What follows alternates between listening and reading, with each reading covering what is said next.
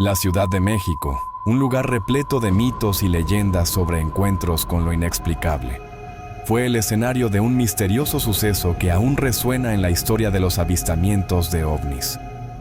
Carlos de los Santos, un joven piloto, jamás olvidaría aquel 3 de mayo de 1975, cuando su tranquila travesía se convirtió en una espiral de terror y desconcierto. Hasta hace poco, esta historia no había sido compartida en televisión estadounidense, y aunque han pasado décadas, Carlos sigue siendo perseguido por la memoria de lo que experimentó en el aire.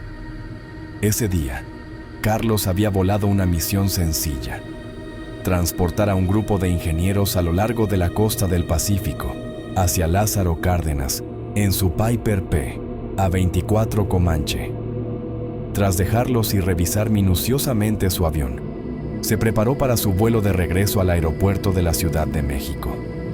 Volaba a 10,000 pies de altura, con buena visibilidad, y el vuelo, de apenas un par de horas, prometía ser uno más entre tantos en su joven carrera. Sin embargo, al cabo de una hora de viaje, algo insólito interrumpiría su trayecto. En el horizonte, Carlos divisó dos extraños objetos grises que parecían desplazarse a gran velocidad, aproximándose de manera inquietante a su avión. A primera vista, creyó que se trataba de alguna aeronave militar, pero mientras se acercaban, sus dimensiones y detalles eran desconcertantes. Los objetos tenían una forma circular, medían alrededor de 4 metros de diámetro y poseían una especie de cabina, como si tuvieran un parabrisas que dejaba entrever el contorno de algo en su interior. Carlos sintió un escalofrío recorrerle la espalda. Nunca había visto algo así en su vida. Antes de que pudiera procesar la situación, un tercer objeto apareció delante de su avión. No tuvo tiempo para reaccionar. Cuando intentó mover el timón, descubrió que los controles no respondían. Su avión, aunque aparentemente ileso, no le obedecía.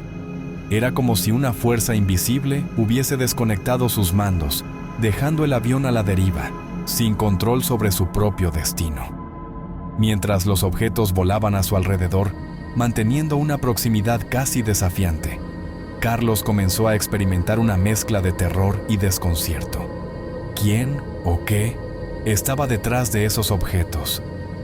Con un nudo en el estómago, Carlos trató de llamar al aeropuerto de la Ciudad de México en busca de ayuda.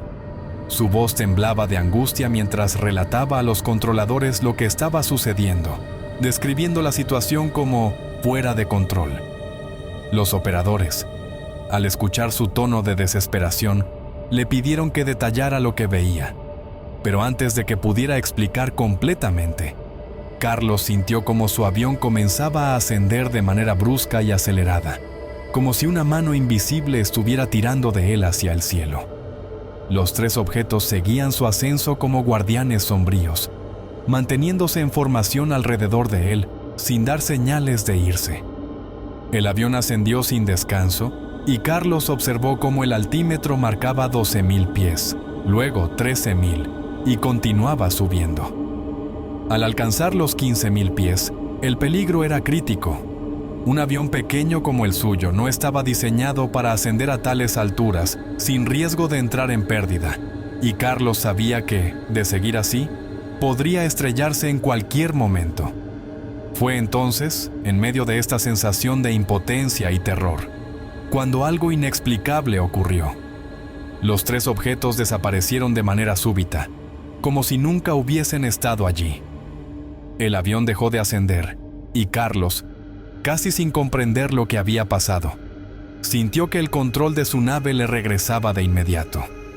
Con el corazón latiendo a toda velocidad, aprovechó la oportunidad y comenzó a descender con cuidado, buscando estabilizarse mientras procesaba la experiencia surrealista que acababa de vivir.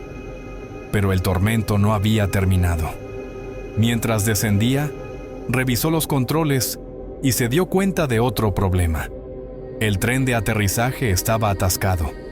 Las luces en la cabina indicaban que las ruedas no podían bloquearse en su posición correcta, lo que haría casi imposible aterrizar sin riesgos. El sudor le perlaba la frente mientras, una vez más, llamaba a la torre de control para explicar su situación. Les informó que el tren de aterrizaje podría estar dañado debido al encuentro con los objetos y que temía que no soportara el impacto al aterrizar. Los controladores, comprendiendo la gravedad de la situación, tomaron una decisión inmediata: cerrar el aeropuerto para despejar las pistas y darle espacio a Carlos para que intentara aterrizar como mejor pudiera. Aterrizar sin el tren de aterrizaje bloqueado significaba correr un riesgo enorme. La posibilidad de un accidente mortal era inminente. Pero Carlos, consciente de que no tenía otra opción, decidió maniobrar hacia una franja de césped entre las pistas, donde tal vez el impacto sería menos violento. Realizó varios intentos fallidos, cada uno más angustiante que el anterior, tratando de encontrar el ángulo perfecto para minimizar el daño. Finalmente, en un intento final, tocó tierra con delicadeza, cerrando los ojos y conteniendo la respiración mientras el tren de aterrizaje hacía contacto con el suelo. Esperaba el choque y la explosión, pero sorprendentemente, el avión logró detenerse sin que el tren colapsara. Estaba vivo. Al salir de la cabina, Carlos fue recibido por un ejército de periodistas y curiosos, alertados por la historia de un cierre de aeropuerto y de un posible encuentro con ovnis. Los rumores se propagaron de inmediato, y su relato sobre los 3 objetos voladores se convirtió en noticia de primera plana.